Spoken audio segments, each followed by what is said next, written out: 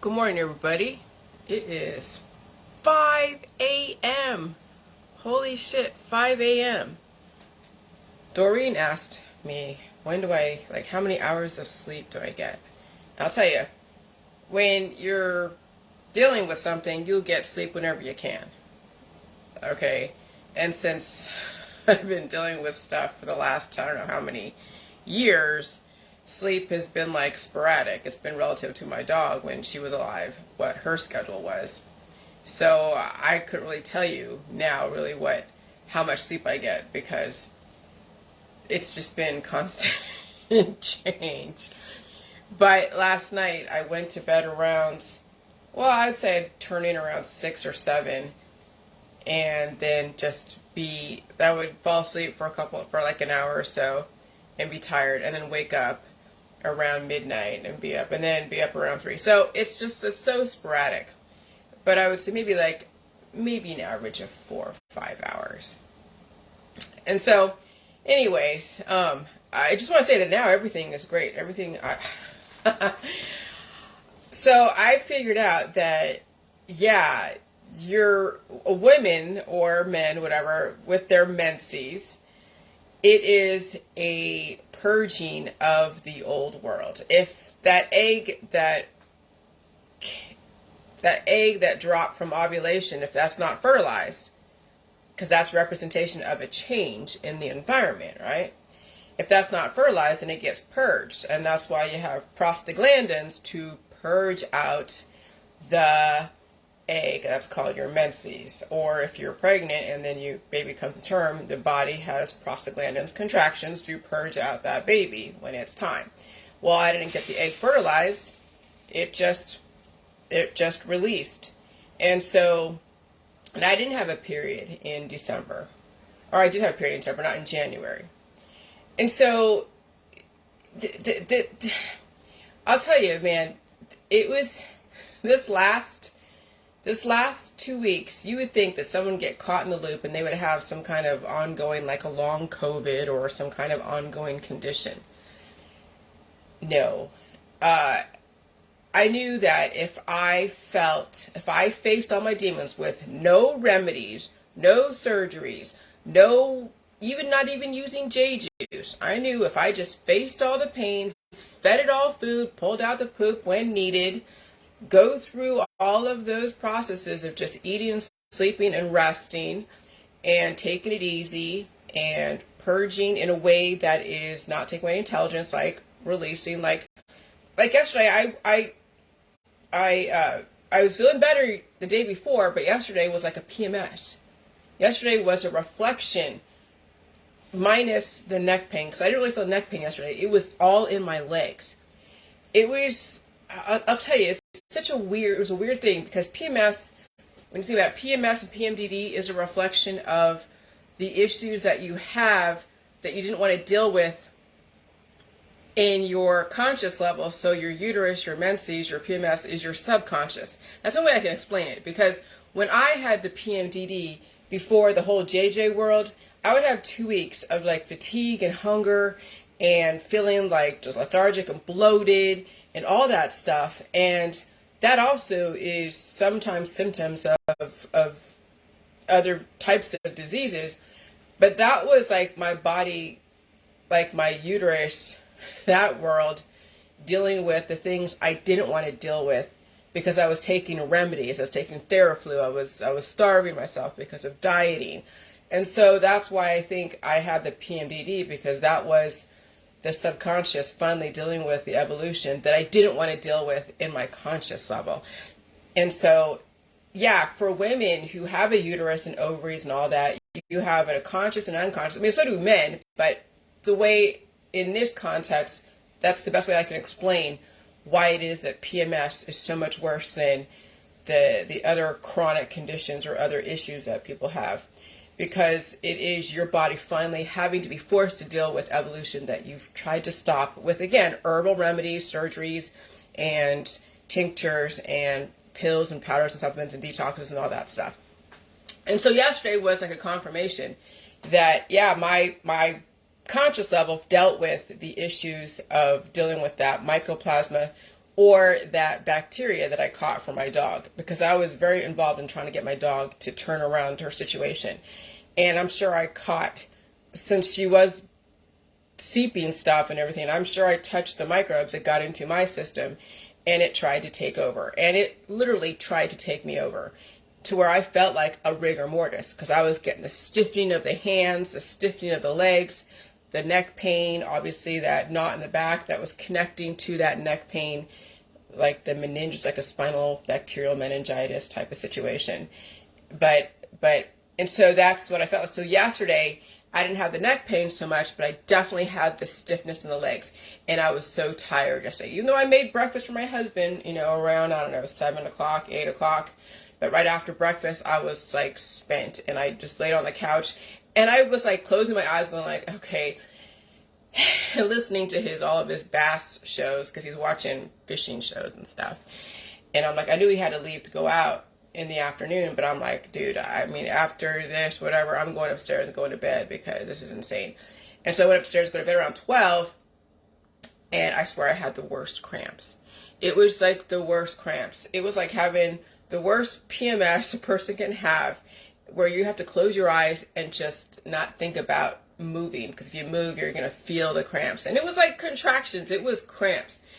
And I just lay there and I just lay there because I knew I had food. And so I already food my system. I already pulled out the poop if I needed to do that, which I probably did. And I just knew that the only thing I could do was just sit there and deal with it. I wasn't taking anything for it. And so finally it subsided, and then I figured out that I had my period too. Actually, before that, when I went pee, the leg pain disappeared. That's what I forgot to say. When I went upstairs, when I basically barely took myself upstairs, I had to pee, and then the leg pain disappeared, and the heaviness disappeared. So I knew I purged out the offending proteins that were causing the body to want to go through that kind of contraction, that feeling of pain. Because pain is the body purging, the pain is the body trying to release those demons that were taking over all your different cells in your muscles and all the other places. And so then I had to go and just rest and sleep. And yesterday I did. I rested, I slept, and I ate. And then this morning around 3, I was blowing my nose, sneezing, blowing my nose, which means their body was releasing. Again, when you're sneezing and blowing your nose, your body is releasing. And then I also pulled out the poop this morning. It was great. Took a shower. I'm all better. I'm fine. As if nothing fucking happened. And I'm telling you, it was like a whole month, like 3 months from November, dealing with my dog, accelerating with her process, going through her process. And then it's November, December, January, so 3 months of all of that trauma, that adrenaline, the exposure to the bacteria, and then having that bacteria incubate and affect me more so in January than it was February, where shit woke up in my body, to then when she finally passed away, my body relaxed and then went right into like, okay, now it's time to go and deal with this stuff that you let in your body.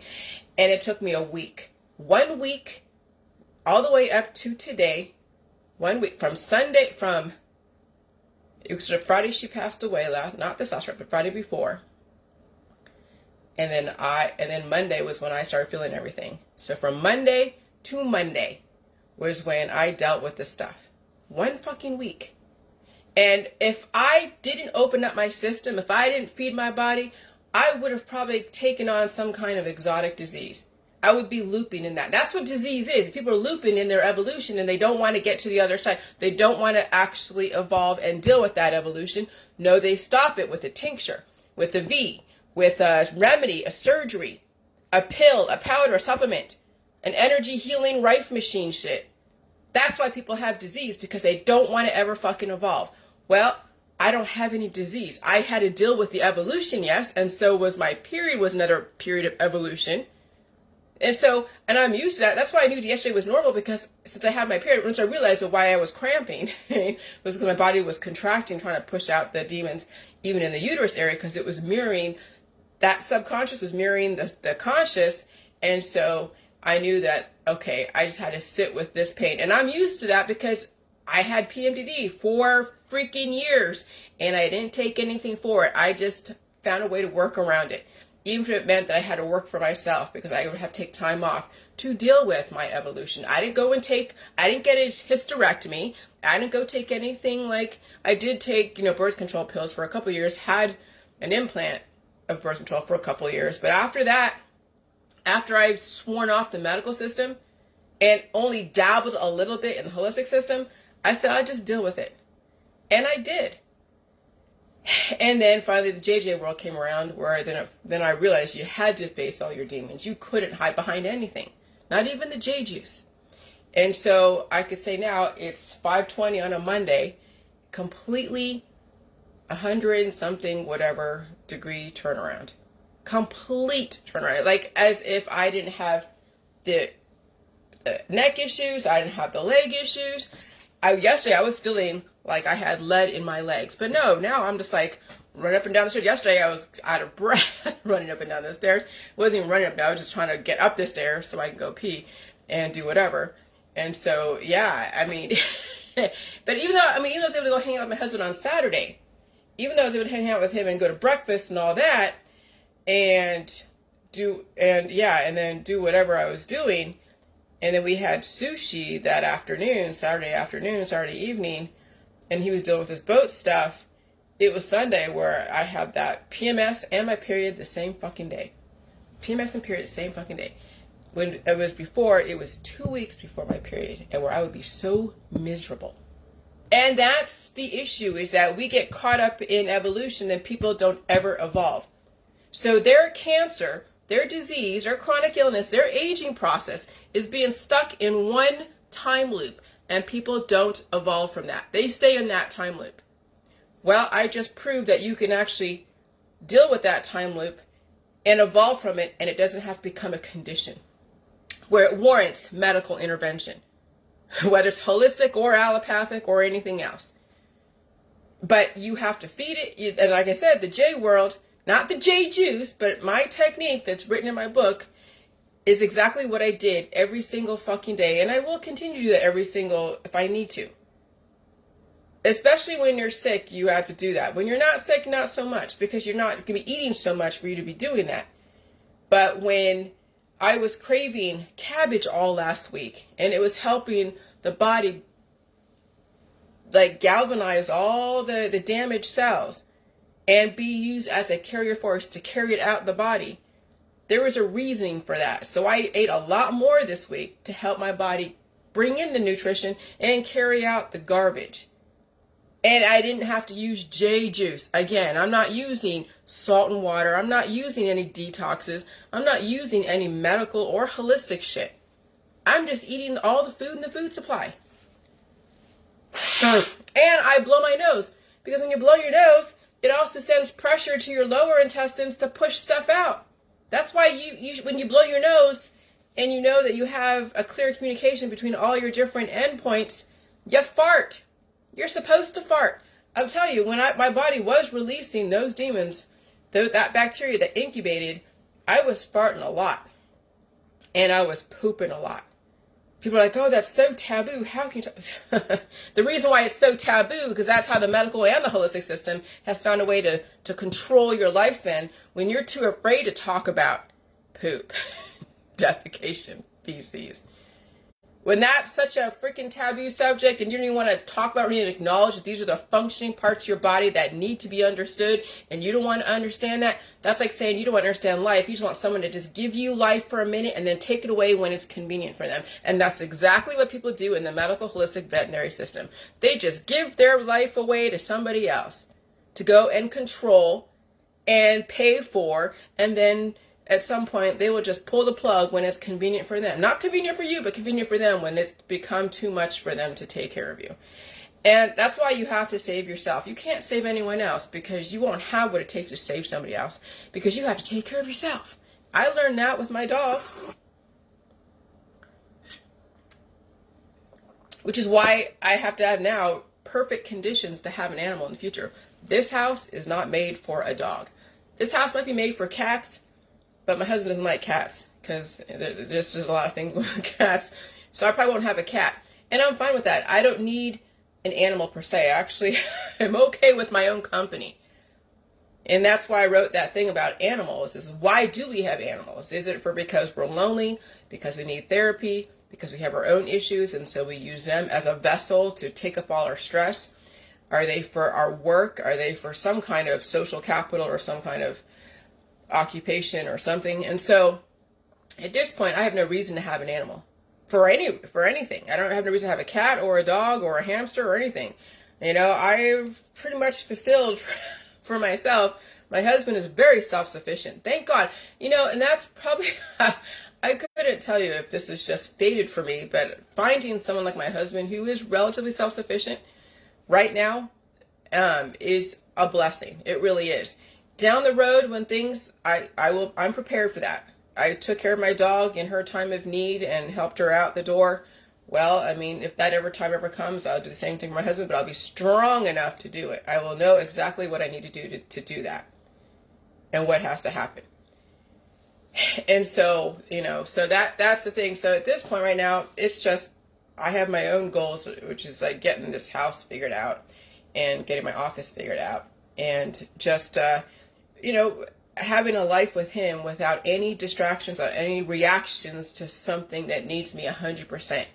Because when you think about an animal, I believe that they should, when you think about it, I believe they should have autonomy, the freedom and the protection to go in and out, the freedom and the protection to go in and out, and also have the space, and also have company, and also not be everything, not have the owner be that everything to that animal. Yes, you need companionship, or they need someone to kind of guide them in that love and whatever, but they also can be self-sufficient on their own for a certain amount of time, and they have company of other animals to play with and all that stuff. And also be raised from a puppy, so that way you instill the values of your world into the animal versus you trying to figure out how to train them out of older habits from another place. And so, like this morning, at 3 o'clock this morning, I just had that reflection, that epiphany about how I was going to analyze the last 8 years and then the future and what I would do better, and also give you an update on whatever issue that I had with that bacteria. Because that when I was taking care of my animal, and I don't use gloves, so so my hand was eaten up by the microbes. My hand was eaten up by the microbes. And so there is no more of this. There's no more of the open wound that was here. No more of the scab here. I remember a couple weeks ago, I was itching on my arms. Like my body was taking on that bacteria, and now it had to purge it out. That's why I was in pain. That's why you have inflammation on the back of your neck. And that's why people have spinal meningitis or bacterial meningitis, because the bacteria got in their body and the body had to go into inflammation. The immune system had to trigger, but people don't understand that. So they stop their immune system from triggering, and they don't go through the process and deal with the process and release the demons and bring in the nutrition. No, they either diet or they're they're using medicine to trap all those beasts inside. And so that's why we have a continuous loop of people in pain and dealing with disease, because they haven't evolved. That's why I don't see a lot of people in the J world evolve too much, because they already trapped that shit inside of them. They haven't released. Let me tell you, some of you look at your Facebooks and look at your world. Have you even changed? Have you even changed the way you think about things? Have you changed the way you interact or communicate with people? And is your Facebook having the same thing that you had last year and the year before and the year before? You have the same politics, the same religion, the same scientific dogmas. That's how you know when you haven't really evolved, when there really isn't anything new or different that you've experienced, because you're in the loop. When you're in it, you can't see it. When you're in it, when you're in the loop where you're not evolving, but you're just staying stuck like a broken record, look at your Facebook. It's like a broken record. It's all the same shit. Nothing has changed. That's what I'm saying. Evolution is where you're constantly discovering things about yourself, about the world, not, infusing fear and infusing, other conspiracy bullshit and whatever else. But there is something that you've learned about yourself and you've learned about the world, that you have something to offer. Not regurgitate, but offer from a very unique point of view, which is your world. And so that's what I want to represent, is that someone who can look back on 2 years, 8 years, 3 years, 5 years and say, okay, this is where I went wrong. And, maybe this house wasn't made for an animal. Maybe I wanted an animal for the wrong reasons. Were they really wrong? No, they were just the reasons at the time. But now that I look back, they were for the right reasons because I need to experience it. But what could I do better in the future? See, that's the thing. That's the thing, is that you won't know things are wrong right now until you learn from the situation. And then when the situation presents itself, if it ever does, or you think about if you're going to embark on that same situation, what would you do differently? And that's always how I looked at even occupations and jobs. What could I do differently? What could I do to improve this situation, this situation, this situation? And then how will that outcome be better? And that's just always been my modus operandi. That's why I've moved around so much. That's why I have different friends, like almost every point in my life, and different groups. I haven't circulated in the same group for years and years. I've changed friends, changed jobs, changed a lot of stuff for many years. I think my husband and my dog were the only things that have been the most the most consistent. But with my husband and I, we've gone through a lot of evolution, but still kept the same foundation of working together despite our differences.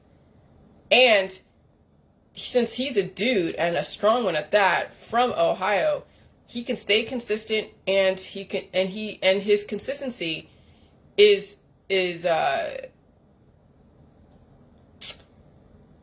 beneficial for our world today. So, which means that I have the opportunity to change and evolve. And also, since him and I are different, and of course gender differences, maybe some of what I've learned can rub off on him and help him enhance whatever he does. And it could change whatever trajectory he's on. And maybe, and who knows? I mean, would he have to do exactly what I've been doing to improve his life if he wants to at some point when he retires? Potentially, it's hard to say. The whole J world is so new. And we don't have many male representation that have really evolved and shown the evolution, because maybe that's the reason why it's like they're promoting a woman's future, right? Because women have an easier time to evolve. I'll say easier, but because the PMS and having children is like an evolution. Men have a hard time evolving because they don't have to. They're not forced to, as far as physiologically, unless they get a disease. So until they get a disease, they won't have to evolve. So if they never get a disease and they just age, then they're not really going to want to change. And by the time that it becomes something that they want to do, you think they're going to really want to feel the pain. So anyway, that goes off on a tangent there. But yeah, I mean, so that's what I do, is I just look at how I improve. And that's really, when you think about it, women are the ones that are going to make or break humanity. Like, literally, women are going to make or break humanity. So we need to have a lot more females evolve. Many aren't. And that's okay. I'm not saying they should. But women will be the ones to evolve the most, and could be the movers and shakers and leaders in their respective areas relative to their intention. But when it comes to evolution and longevity, women need to be the one to take that leap forward, because they already have the foundation just from having a fucking period every month. Because they've already expanded their capacity dealing with the PMS, dealing with labor pains, dealing with raising the children, dealing with all of that. Men have been bred to be the breadwinners and to do whatever they do out there.